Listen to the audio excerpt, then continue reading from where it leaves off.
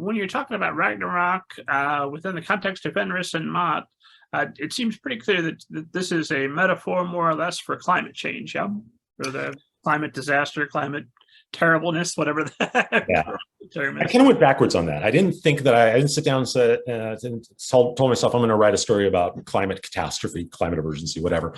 But when I realized I was talking about the end of the world, and in keeping with Ragnarok, part of that is extreme weather. I thought it would be weird. It would be weird and dishonest not to acknowledge that there is a parallel with the Ragnarok myth and with what is actually happening across the globe.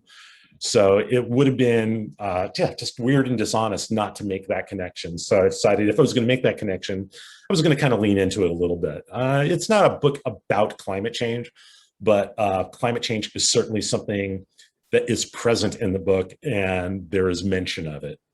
And I feel it's important when you choose what to write about, it should be something that's important to you. It should have personal stakes for you, and it should have global stakes for an audience of people who aren't you. And I feel climate change is just one of those things that is really, really, really important to be for us to be grappling with right now. So I felt that was an important thing to write about. It fit with the story I wanted to tell. It didn't seem shoehorned in. So yeah, I made the decision that climate change is going to be a thread through this story.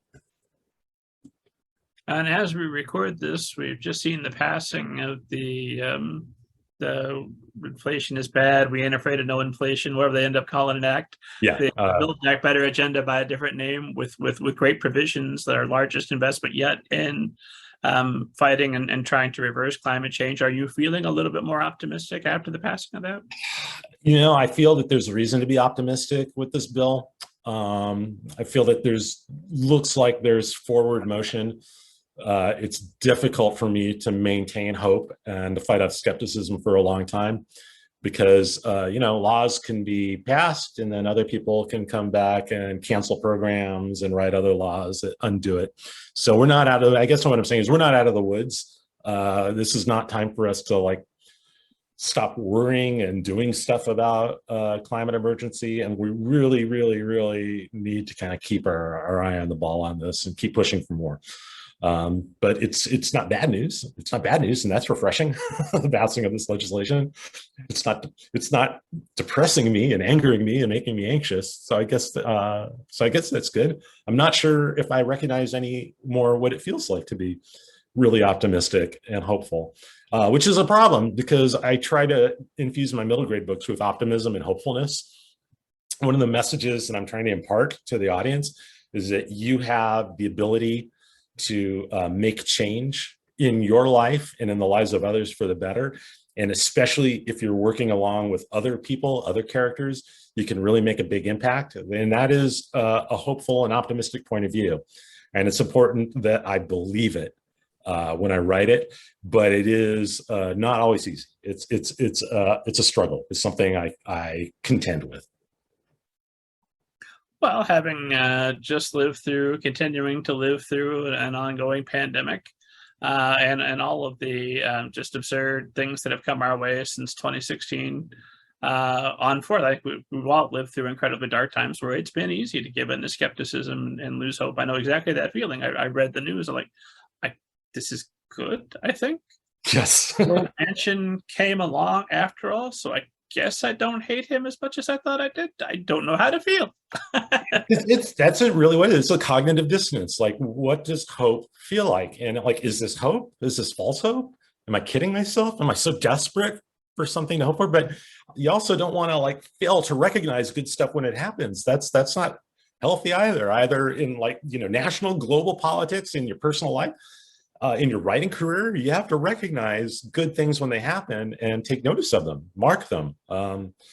There's a lot of bad stuff, and the good stuff is important. There's a line from the Van Gogh episode of Doctor Who, and I'm going to misquote it entirely, but the doctor says something like, there's a pile of good stuff and bad stuff in every life. And the good stuff doesn't necessarily negate the bad stuff, but neither can the bad stuff destroy, annihilate, negate the good stuff.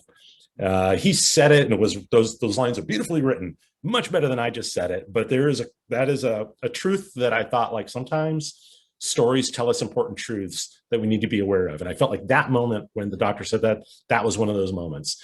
It was something I try to hold on to, that balance, and something I try to put into practice with my own thinking in my own life, especially in dark, rotten, infuriating times. It's still important to hold on to the optimism. I know when I look at my life objectively from 2016 on, like, what was it, all darkness and misery? No, of course not. There were lots of great things. I can highlight wonderful moments. This podcast happened during that time. If nothing, a podcast. I got, I started writing middle grade books on a steady pace. There's lots of great stuff in my life. I have a really, in a lot of ways, an objectively good life. So that's another reason why, you have to kind of balance your social media intake, because it can be easy to forget that when it's a cannon coming at you of bad stuff. Well, the nice thing, a thing that I find is helpful is to go and read history, and the standard question of, if you could get in a time machine that only goes one way and you had to live wherever you ended up and you couldn't decide who you're going to be, you going backward or you're going forward? Forward, of course. You look back at history, oh my God, this is so much better. I would like history to be more like a buffet. I could take this from this era and I could take this from this era and I can transport it to a time, and I have all these things. Like, I would love a time where there were more forests, where there were old growth, where there were like primal forest. I would love that. It would be cool to see dinosaurs. It's also cool to have antibiotics.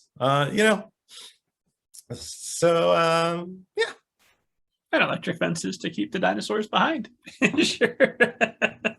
I might just take the plant eaters. I might just take the herbivores. I mean, the carnivores are obviously, they're the more charismatic, cool ones. But I don't want to get eaten myself, So just look at a gigantic brachiosaur and be satisfied with that. Also, I wouldn't want to get impaled by a triceratops. So I don't know, maybe we won't have triceratops either. Flying lizards, that's cool, but I don't want to get picked up and taken away to a nest to be eaten by young pterodactyls. Maybe dinosaurs is actually not the best idea. Maybe they should let dinosaurs be dinosaurs in their own era, now that I think about it. Discovery can follow around Tyrannosaurus Rex and the raptors and all of that. Is Shark Week still a thing? Who cares about the sharks? My God.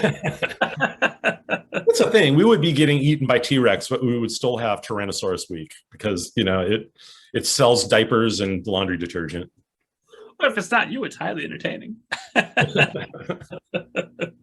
based on the popularity of Shark Week anyway. Oh, no, it was good ratings. Good ratings. Yeah.